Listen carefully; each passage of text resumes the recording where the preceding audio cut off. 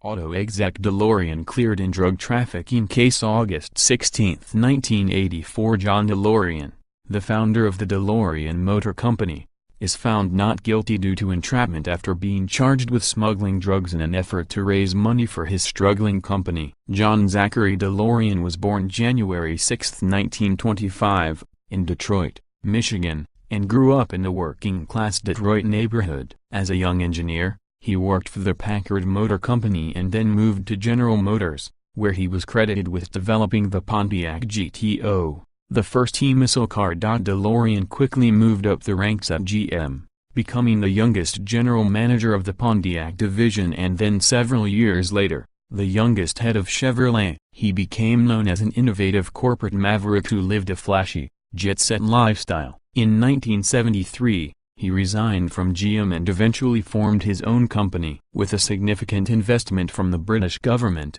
as well as celebrity investors such as Johnny Carson and Sammy Davis, Jr., DeLorean opened a factory in Dunmurry, Ireland, that in 1981 began making his dream sports car, known as the DMC-12.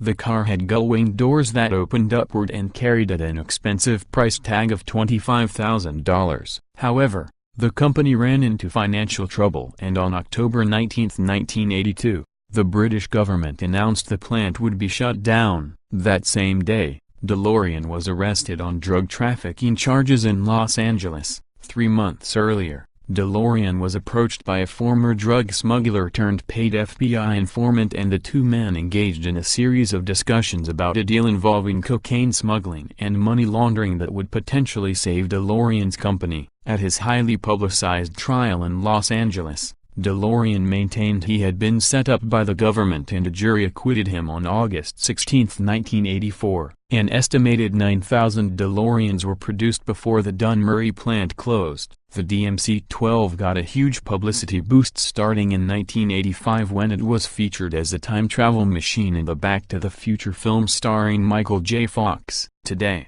the car has an avid community of collectors. In 1999, John DeLorean filed for bankruptcy and was forced to sell his New Jersey estate. He died on March 19, 2005, at age 80, following a stroke.